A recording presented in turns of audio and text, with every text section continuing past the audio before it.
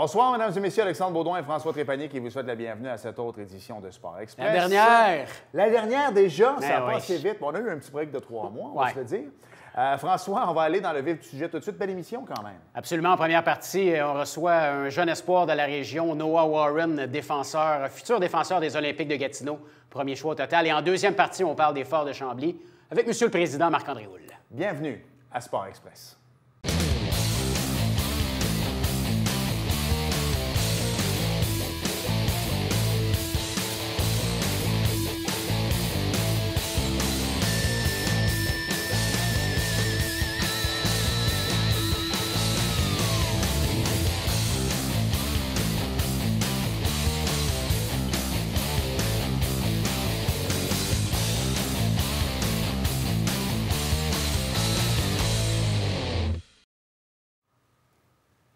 Il a été un choix de premier tour au dernier repêchage de la Ligue de hockey junior majeur du Québec.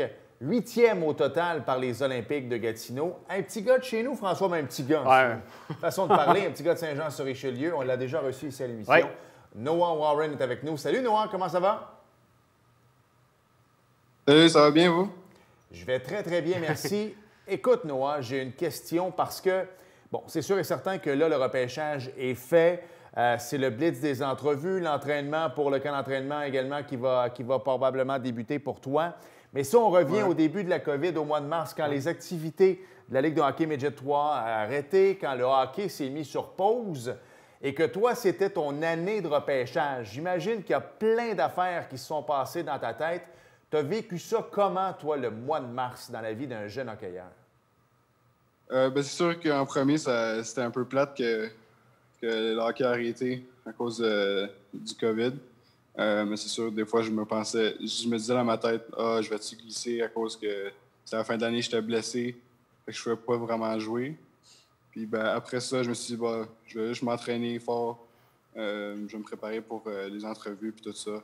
Fait que depuis ce temps-là, je fais, mettons, 22 heures d'entraînement par semaine. Puis sinon, c'est pas ça, l'entraînement, de l'étude, puis le draft est passé, fait que je suis vraiment content. Noah, parle-nous un petit peu de ton repêchage par les Olympiques de Gatineau. Écoute, 8e au total. Les Olympiques étaient supposés repêcher 13e. Ils ont fait un échange pour venir te chercher. Avais-tu un bon feeling de t'en aller à Gatineau? Ça avait eu l'air de quoi, les entrevues avec eux? Je trouve que les entrevues avec eux ils ont très bien été. C'est sûr, le matin même du draft, Louis Robitaille m'a appelé, posé une couple de questions de plus. Puis je te dirais que j'avais vraiment un bon feeling que j'avais des chances d'atterrir là-bas. Entre les transactions, mon téléphone sonne, je réponds, c'est Louis qui dit non, ça te tente d'être en Olympique. Je dis bien sûr, puis il m'a accueilli dans la famille, puis c'est vraiment le fun. On s'entend, là. Tu tombes dans une grande organisation. Bon, à part le Colisée, là, qui est en train de tomber en ruine, mais ça va changer. C'est une organisation qui a énormément de classe, qui a beaucoup de vécu. Écoute, Alain Vigneault a coaché les Olympiques de Gatineau. Claude Julien. Claude Julien, mon chum Mario Duhamel. Si tu reviens à l'époque, il y a Pat Burns aussi peut-être avant. Oui, absolument. C'est ça, exactement. Donc, écoute, tu rentres dans une organisation très connue de la Ligue de hockey junior majeur du Québec. Tu aurais joué partout, mais ceci dit, tu dois être content d'avoir été repêché par eux autres. Alors, c'est sûr que je suis très content d'avoir été repêché par eux autres. Très belle organisation. Ils ont eu du succès au passé. Il me semble qu'ils ont gagné 6 Coupes du Président, ou 7. Puis il y a une Coupe Memorial. C'est sûr qu'avec l'équipe qui est en train de reconstruire, je pense que dans les prochaines années, on va avoir du succès. Puis quand je suis allé là-bas, chercher mon chandail, j'ai été bien accueilli. Puis je trouve que je te dis que je suis en bonne main. Noah, pour les gens qui regardent l'émission à la maison, à la télévision, qui se disent, surtout les madames, les plus jeunes, beau grand, beau bonhomme, joueur de hockey, mais on le connaît pas. Si tu nous parlais un peu de toi, Noah, on sait que tu es un défenseur, que tu mesures 6 pieds 4, presque 6 pieds 5 maintenant, pèse plus de 200 livres à 15 ans, je tiens à le spécifier. Quel type de défenseur tu es, Noah? Moi, je te dirais que je suis un défenseur two-way. Je suis capable de faire une très bonne première passe. Je te dirais mon jeu défensif est excellent. Je suis capable de jouer un jeu physique. J'ai un très bon patin pour un grand gars. Je suis très mobile, même si je suis grand. Très bonne shot. Puis je te dirais, suis capable d'aider mon équipe à produire offensivement aussi. Ça, c'est bien pour le hockey. Écoute, tu es un jeune homme encore, on va se le dire, d'âge. Est-ce que tu es au secondaire, en fait? Il reste un an. Il te reste un an au secondaire? Oui, je suis en secondaire 4, là, je m'en vais en 5. Je sais que ton but premier, c'est la Ligue de hockey junior major du Québec. Quand tu es repêché Ligue de hockey junior major du Québec, ton but ensuite, c'est de bien réussir pour un jour atteindre la Ligue nationale. Je sais également que tu viens d'une bonne famille. Les études, c'est hyper important. Comment tu vas gérer les deux? Parce que nous, ici, ça fait longtemps, François, tu le sais, on tape sur le clou. Là. Le sport, c'est très, très bien. Les études également. Tu es un petit gars intelligent. Tu vas faire comment pour combiner les deux? À un haut niveau, on va se le dire, là. Il n'y a pas grand monde qui joue dans la Ligue de hockey junior major du Québec puis qui vont à l'école en même temps. Tu vas faire ça comment? Ah, ben, quand je suis allé visiter, ils m'ont tout expliqué le programme. C'est une école privée. Fait qu'on est comme toutes les secondaires 5 l'an prochain. On va être tous dans la même classe. Puis les gars qui font l'école à distance, fait que, mettons, les 4 gars qui ont été repêchés ensemble, on va être 4. Puis ça dépend s'il va y avoir d'autres gars de plus dans la classe. Fait qu'on pourrait être minimum 4 dans la classe. Fait que c'est super bien. Fait que c'est pas mal du one-on-one avec les professeurs. Puis aussi, à distance, il y a un professeur qui est tout le temps en autobus avec nous autres. Fait que si on a des questions, on va pouvoir répondre à nos questions. Puis c'est sûr que je vais mettre les bouchées doubles sur l'école quand on va être dans l'autobus. Noah, tu as eu le privilège cette année de participer aux Jeux olympiques de la jeunesse, représenter le Canada. Et là, il y a quelques-uns de tes coéquipiers, de très bons joueurs de hockey, qui sont devenus de très bons amis à toi, je pense, qui se retrouvent à Gatineau également cette année. Alors, vous allez être 3-4 joueurs qui ont participé aux Jeux olympiques de la jeunesse ensemble à se retrouver avec les Olympiques. Ça doit être un feeling assez agréable, ça? Alors, c'est sûr, c'est assez le fun. Quand on s'est tous rencontrés le lendemain du draft à Gatineau, c'est sûr qu'on était très contents. On a jasé toute la journée, puis je te dirais, c'est vraiment le fun de se ramasser avec les mêmes gars qui ont participé avec les autres aux Jeux olympiques. Ceci dit, maintenant, il reste encore beaucoup de travail à faire avant le mois d'août, là, probablement, où le camp d'entraînement devrait débuter. C'est quoi le reste de l'été? Là, on arrive vers la fin du mois de juin. C'est entraînement, entraînement, entraînement. Est-ce que les Olympiques t'ont envoyé un certain un cahier de charge? Est-ce que tu as des choses à faire? Est-ce que tu dois te rapporter à quelqu'un aussi? Ben, pas encore. Cette semaine, je pense que je vais parler avec les Olympiques. On va plus jaser avec eux autres pour l'entraînement puis pour la saison prochaine. Mais sinon, dès que les arénas vont réouvrir, c'est sûr que je vais être sur la glace. Je vais faire mon possible pour aller plus souvent sur la glace, même s'il ne va pas tout le temps être disponible. Mais c'est sûr que sinon, je m'entraîne hors glace. Puis j'ai aussi commencé à faire de l'athlétisme. C'est sûr, juste pour varier un peu les entraînements. Noah, il reste une minute. Parle-moi un petit peu de la réaction de la famille. Moi, je connais bien la famille, hein? Ta maman, Magali, grand-papa Rénal, oncle Chad, je connais tout le monde. Et je sais que c'est des grands fans de toi. Ils te suivent depuis longtemps, de très près. Comment la famille a réagi? C'est quand même un gros moment également pour les membres de la famille, hein? Pas juste pour toi, un repêchage en première ronde comme ça. Ah, c'est sûr que c'est vraiment le fun. Ben, j'ai passé la soirée avec la famille de mon père, puis ma mère était là. Quand j'ai reçu l'appel, il se demandait qu'est-ce qui se passait. Je suis monté en haut, j'ai pris l'appel, je suis redescendu. Il était tout content. Puis après ça, la minute suivante, mon nom est sorti sur la télé. C'était vraiment le fun. Wow. Après, je suis allé voir mon oncle Chad. Il voulait me féliciter. On a pris une couple de photos. Puis c'est sûr que j'ai appelé mon grand-père. Puis il était vraiment content. Wow. Ben Noah, tes efforts ont été récompensés, puis de voir une organisation comme les Olympiques devancer également au repêchage pour aller te chercher, c'est quelque chose d'extraordinaire. Hein? Je te souhaite, le mot de Cambronne, un bel été. On va te suivre comme on te suivait dans le Midget 3. On va te suivre dans la Ligue de hockey junior 3 du Québec, junior majeur. Excuse-moi, écoute, tu sais, je suis payé vers le junior 3, je fais de la radio pour eux autres. Mais sinon, on va te suivre avec les Olympiques. La meilleure des chances, bel été. Puis continue comme ça. Un beau jeune homme dans la fleur de l'âge, intelligent, brillant. C'est ce qu'on veut voir. On est bien fiers de toi, Noah. Merci. Bon été. Merci beaucoup. Merci, salut. Merci de votre temps.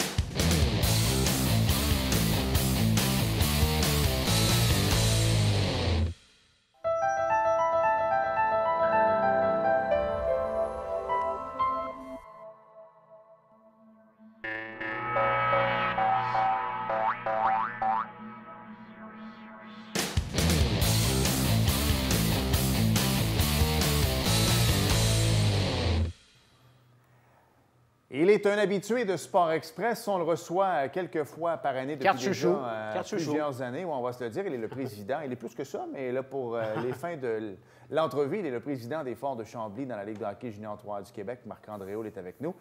Salut, mon ami. Comment vas-tu? Ça va super bien, vous autres, avec mon équipement du COVID et de Zoom et de tout le télétravail qu'on fait depuis 3 mois maintenant. Moi, on est là, c'est différent, mais on est là quand même, c'est toujours le fun. Moi, je trouve que tu fais bien ça. Écoute, je veux qu'on revienne dans le temps parce que moi, la dernière chronique radiophonique au 98.5 que j'ai fait, il était 11h moins 5.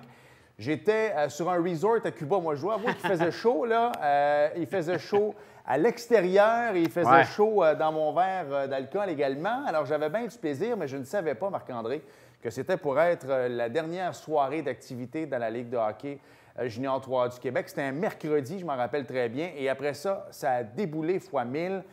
Vous autres, dans la Ligue, parce qu'on n'a pas eu l'occasion de se reparler, j'ai parlé au nouveau président Kevin Fixby, mais à toi, je ne t'ai pas reparlé. Comment ça s'est passé dans l'organisation des Forts de Chambly lorsqu'on a interrompu la saison? C'est particulier parce qu'il faut que je prenne le temps de vous raconter ça parce qu'inévitablement, je pense que ça va rester dans mes souvenirs de hockey. Vous savez que j'en ai vécu un autre au niveau de la Ligue de hockey junior 3 du Québec et c'est historique où c'est régulièrement, quand les joueurs arrivent en série éliminatoire, les joueurs vont soit se raser les cheveux ou ils vont se teindre les cheveux ou ils vont aller chercher quelque chose pour leur démontrer qu'ils se tiennent. Et le fameux jeudi 12 mars où le gouvernement a annoncé que les rassemblements de 250 personnes et moins est interdit, en tout cas, vous comprenez ce que je veux dire. Nous, on était en préparation parce qu'on débutait les séries le soir même à Valleyfield. Et encore à 2 heures l'après-midi, alors que le gouvernement avait fait les annonces, on attendait les discussions, les confirmations de Hockey Canada. Et on devait, étant donné qu'on tombait comme en mesure d'urgence, en crise carrément, nous, du côté des Forts, on devait respecter le protocole et faire tout de A à Z comme s'il y avait un match. Donc, les gars sont arrivés à l'aréna très inquiets à savoir est-ce qu'on joue pas. Puis, tu sais, je me souviendrai, puis je vais m'en souvenir longtemps, de certains de nos joueurs. Mathieu Trudel, entre autres, qui m'avait regardé, puis il m'a dit Marc-André, c'est pas vrai que c'est comme ça que je vais finir ma carrière junior. Et, tout le monde était très, très, très fébrile. Tout le monde avait les cheveux de couleur, je vais dire jaune, mais je ne veux pas les insulter. C'était probablement blond qu'ils voulaient, mais pour certains, ça sortait moins beau que d'autres. Alors, le look Jacques Villeneuve, il y a une couple d'années, disons ça de même. On a pris l'autobus. Les joueurs sont dirigés vers Valleyfield pour le match. Moi, je les suivais en camion là, avec ma conjointe et j'ai eu le téléphone de la part de Kevin Fixby, justement, qui nous a annoncé et le match et tout était annulé et qu'on devait tourner de côté. Alors, les Forts se sont rendus à exactement 8 km du premier match de la série quart de finale contre les Braves de Valleyfield. Puis, on est revenu à Chambly. Et depuis ce temps-là, je n'ai pas besoin de vous dire que c'est le calme plat. Et puis, voilà, c'est comme ça que s'est passé la journée du 12 mars. Marc-André, tu l'as mentionné, hein, il y a des joueurs qui en étaient à leur dernière année junior avec les Forts de Chambly. Parle-nous un petit peu de ton rôle hein, là-dedans. C'est pas juste un rôle de président, hein, c'est un rôle de président qui doit réconforter, même parfois jouer au psychologue, j'imagine, avec des joueurs comme ça. Parce que le joueur qui dit « c'est pas vrai, Marc-André, que je vais finir ma saison comme ça », puis malheureusement, c'est comme ça que peut-être, on ne sait jamais, sa carrière se termine, mais en tout cas, sa carrière junior se termine. C'est quoi le rôle que tu as eu à jouer là-dedans? Puis, je veux juste prendre le temps de vous rappeler, comme si ce n'était pas suffisant, que durant la saison, on était pendant une grande période où on était dans l'insécurité totale à savoir est-ce qu'il y aurait du hockey l'année suivante, est-ce qu'on jouerait à Chambly, est-ce qu'on jouerait ailleurs, est-ce qu'il y aurait tout simplement une équipe. Et là, la Ville venait de nous annoncer qu'enfin, on pouvait mettre ça de côté puis se concentrer sur les séries et sur la prochaine saison. Mon rôle à moi, comme celui de tous les adultes, puis ça, je tiens à le dire, Jean-Daniel Saint-Martin, Dominique Boucher, tous les gens qui ont travaillé auprès des jeunes, Marie-Pierre au niveau au niveau académique, Marie-Pierre Plourde qui a travaillé auprès des jeunes, on est tous devenus un petit peu à chercher, à les rassurer, mais quand tout ça, c'est comme séparé, chacun s'en va chez eux le 12 au soir, et que là, on est tous renfermés, on vient de passer les 200 derniers jours ensemble, ou à peu près, parce qu'une équipe de hockey, ça se voit tous les jours. Et là, on n'a plus de nouvelles. On essaie d'avoir des nouvelles. On essaie du mieux possible de leur parler, de s'assurer que tout va bien, etc. Mais on est tous pris dans le même bateau. Alors, ça a été beaucoup de messages au niveau des médias sociaux, au niveau de Messenger. On a eu beaucoup de textos. Il y a eu des téléphones qui ont été faits. Il y a eu du gros travail de la part de Dominique et Jean-Daniel pour justement s'assurer de parler à ces gars-là. Puis moi, de mon côté, veux pas. Oui, je parlais à certains joueurs, mais j'essayais aussi de sécuriser, de tranquillement essayer de mettre en place un plan de sortie, une préparation à ce qu'il va y avoir une prochaine saison. Et puis, je tiens à le dire, dès la première semaine du confinement, la Ligue de hockey junior 3A du Québec, on a établi des horaires de réunion et on avait des réunions à toutes les semaines où justement on parlait de la mise à jour avec Hockey Québec, la mise à jour avec le gouvernement, Hockey Canada, etc. Et on préparait ce qu'on souhaite encore s'en vient, c'est-à-dire un retour éventuellement au hockey. Moi, je pense qu'on est loin, mais on n'est pas loin. Puis, mais c'était ça, essentiellement, mon rôle.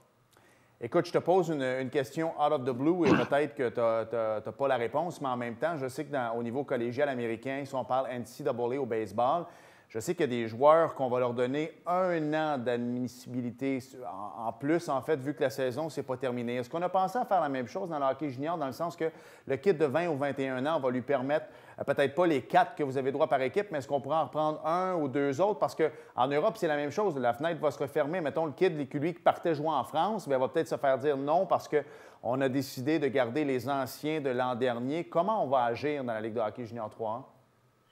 Ben moi, je peux vous dire qu'au moment où on se parle, il y a cette idée-là n'a pas été discutée ou effleurée parce qu'on était à la fin de la saison et parce que jusqu'à nouvel ordre, on est à planifier et à préparer sous quelle forme, on ne le sait pas, mais une saison 2020-2021. Alors, pour le moment, j'ai tendance à vous dire qu'il n'y aura pas nécessairement de modifications comme ça. Encore là, on ne connaît pas ce qui va arriver dans les prochaines semaines, mois, qui va précéder la prochaine saison. Marc-André, il y a 2 semaines, ça a été un moment important pour plusieurs jeunes joueurs de hockey et également pour vous, pour les organisations de la Ligue de hockey junior 3A. C'était le repêchage de la Ligue junior 3A du Québec.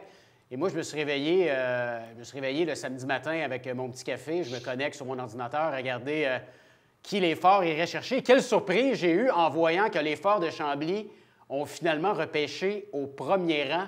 Parle-nous un peu du repêchage, puis bravo pour ça. Bien, tu te souviens, François, que si toi, tu t'es réveillé samedi matin, Dominique Boucher, lui, il n'a pas dormi du tout. Ça a travaillé très, très fort. Puis c'est là que je vois la passion de la gang. C'est-à-dire que les gars étaient dedans comme si on n'avait jamais arrêté. Ouais. Et pour les Forts, cette année, dans le plan, on sentait que les Forts perdaient quand même des gros joueurs avec les joueurs de 20 ans qui nous quittaient cette année. Il y avait des trous importants qu'on voulait remplir. Et pour faire ça, on a choisi justement d'être très agressif au niveau du repêchage. On a fait des transactions. C'est des transactions où on a eu surtout des échanges de choix, mais qui nous a permis de mettre la main sur le premier choix au repêchage et aller chercher un jeune homme de 19 ans qui a joué quand même les 2 dernières saisons au niveau du collégial et puis qui va venir nous aider immédiatement. Un joueur de 19 ans de notre coin, Vincent Lévesque, qui est un attaquant qui a quand même réussi à amasser 41 points en 30 rencontres l'année dernière. Et ça nous permettait aussi d'avoir un 2e choix en première ronde qui nous a permis d'aller chercher un de ses anciens coéquipiers, Simon Isabelle, qui lui aussi va venir faire la différence. Mais je tiens à ajouter qu'au cours du repêchage, pour la première fois, je dis pour la première fois parce que c'est intéressant cette année, on a 3 joueurs qui jouaient, qu'on a repêchés, qui ont passé leur hockey mineur à Chambly. Et vous vous souvenez, quand je vous parlais lors de nos dernières discussions, je vous disais éventuellement la bascule va se faire, ou quand on a commencé à jouer, ces gars-là étaient pee-wee, ils rêvaient ou ils souhaitaient venir jouer pour les grands Forts. Et puis là, on les repêche et on a des bonnes chances de voir ces jeunes-là dans notre alignement, soit cette année ou l'année prochaine. Puis là, on est rendu dans cette espèce de bascule-là où les jeunes de Chambly commencent à arriver d'âge junior et à pouvoir jouer au niveau junior 3. Réaliser leur rêve de jouer à la maison aussi. Tout à fait, exactement. Puis on s'entend qu'actuellement, ça va faire partie des réflexions des joueurs et des familles.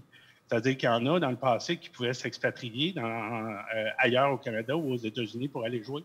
Avec la situation actuelle, je pense qu'il y a encore beaucoup de réflexions. Et nous, à Chambly, on va offrir un programme qui, auprès des jeunes, va pouvoir leur permettre de continuer leur développement, mais d'être en sécurité chez eux. Et ça, je sais que pour toi, c'est une grande fierté. Honnêtement, tu travailles tellement fort là-dessus depuis plusieurs années que de voir ça aboutir, je te connais assez pour savoir que... Écoute, je te dirais pas que tu en perdrais tes pantalons parce que ce serait mal de te connaître, là, mais je veux dire... mais je sais que tu en as fait une grande fierté, puis on est très content pour toi que ça arrive.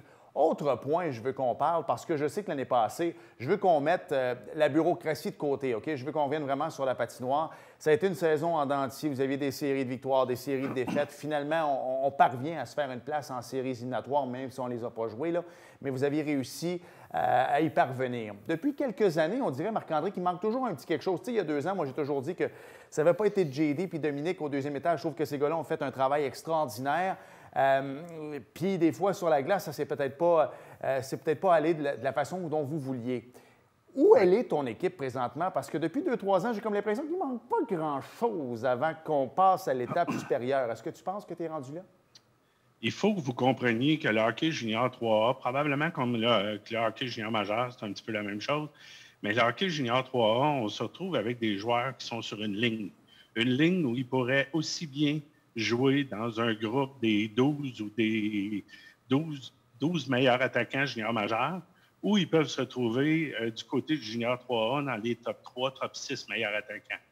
Même chose au niveau des défenseurs. Donc, en étant sur la ligne, bien, ça peut arriver des fois que tu es chanceux et que certains joueurs, puis je veux bien me faire comprendre quand je dis chanceux, c'est que je ne souhaite pas que les jeunes ne vivent pas leur rêve junior majeur, mais que éventuellement tu fais des choix qui ont besoin d'un peu plus de développement ou ils vont revenir dans le junior 3A pour compléter leur développement avant de retourner au junior majeur.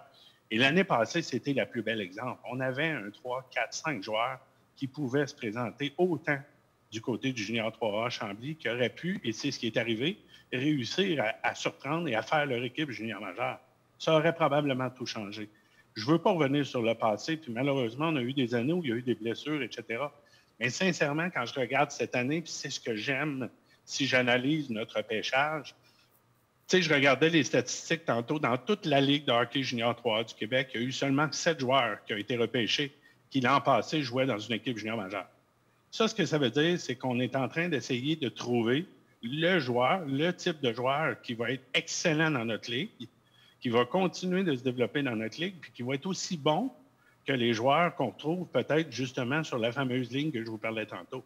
Et si je regarde les 6 premiers choix de l'équipe, on va prendre les 3 joueurs qui ont été protégés, les 3 joueurs de la région, ils vont tous essayer d'aller trouver un poste dans le junior majeur et je leur souhaite. Et les 3 premiers choix de l'équipe sont tous des joueurs qui sont susceptibles d'être dans l'alignement des phares dès cette saison. Si on jumelle à ça quelques joueurs qui s'en viennent et que je pense qu'on a des chances de pouvoir les avoir, bien, je vais vous dire, comme n'importe quel responsable ou n'importe quel passionné de hockey aujourd'hui, on travaille dans l'objectif de gagner, puis de gagner le plus longtemps possible, puis pourquoi pas d'aller gagner la Coupe. Mais avec toutes les raisons que je viens de vous donner là, vous comprendrez que les impondérables, on ne les contrôle pas, mais on a bien hâte de les contrôler, par exemple. Mais c'était le but de ma question, Marc-André, parce que pour cogiter là-dedans depuis assez longtemps, au niveau junior majeur, tu as raison, c'est souvent cyclique parce que ces gars-là vont rester. Alors, on va les ramasser à 16 ans, puis ils vont quitter à 20 ans si jamais ils ne font pas le saut dans la Ligue nationale ou dans un autre circuit professionnel. Mais dans le junior 3A, tu as tellement raison. Et il y a 2 ou 3 ans, je me souviens, les gens me disaient « Pourquoi les Cobras de Terrebonne sont si forts? » Mais attendez une minute, là. Les Cobras de Terrebonne, il y avait 4, 5 ou 6 joueurs après Noël qui auraient pu facilement jouer dans la Ligue de hockey junior majeur du Québec à Rimouski, pour ne pas les nommer, mais ils avaient décidé de rester dans votre circuit, ce qui était bien pour la Ligue, mais en même temps, ça a créé vraiment une différence entre une équipe et tout le reste. Alors, c'est une des choses avec lesquelles vous avez à vivre, là. Et tu sais, je veux juste ajouter que je pense que les 2 dernières saisons, entre autres, ont permis de montrer justement à ces jeunes-là qu'il y avait peut-être des options intéressantes après le junior 3A. On a eu 2 joueurs qui, en 2018-2019, à la fin de cette année-là, se sont trouvés en Europe. Et cette année, encore une fois, Mathieu Trudel qui a signé un contrat qui s'en va les rejoindre en Europe, pas dans la même équipe, mais dans la même ligue. Alors, ça permet inévitablement à nos jeunes qui s'en viennent de voir qu'il y a une possibilité après le Junior 3A et que ça peut donner des options, des opportunités de vie intéressantes. Bien, merci. Écoute, on sent ta passion. Tu peux aller prendre un verre d'eau. Je sentais, c'était pas du trémolo. Tu peux te lever même pendant l'entrevue pour aller prendre ton verre d'eau. C'est pour ça que je disais tantôt, on en perd ses pantalons. On prend ça une autre fois, les amis. Ah, tu veux pas te lever tout de suite pour aller chercher un verre d'eau? Non, c'est correct. C'est correct. Ça aurait pu être bon pour notre auditoire féminine, exactement. Ouais. Marc-André, merci. On sentait ta passion. Ça n'a pas été au niveau personnel et professionnel, des fois, les 2 dernières années, ça n'a pas été facile pour toi, mais j'espère que l'après-COVID, à partir de septembre, les forces, ça peut se rentrer dans l'ordre, qu'on a une belle saison Junior 3 dans la région. Vous le méritez tellement. Absolument. Tu le mérites, mais ton équipe également. Donc, le mot de Cambronne pour tout ce qui s'en vient. C'est gentil, puis c'est quand même encourageant de voir toutes les nouveautés au niveau du déconfinement, puis de tout ce qui s'ajoute. Là, dernièrement, on a vu les rassemblements de moins de 50 personnes et les déconfinements au niveau sportif, entre autres du baseball ou du soccer. Bien, ça donne des signes très encourageants pour la suite. Nous, de notre côté, on continue de travailler comme s'il y avait une saison pour être prêt au moment où le gouvernement va nous donner le go, comme on dit. On va être là pour vous suivre. Hey, bonne ride de moto. Hey, salutations à ta douce. Merci, Marc-André. Salut.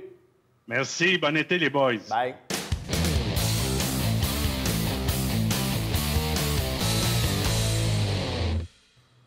Alors, François, comme c'est la dernière, habituellement, depuis les 10 dernières années, nos collègues viennent nous rejoindre. Ouais. Alors, on veut quand même remercier Bruno. Et là, on voit sa photo à l'écran présentement. Oh. Merci à Bruno. Merci à Joanie également. Merci à Louis, qu'on voit sa photo à lui aussi.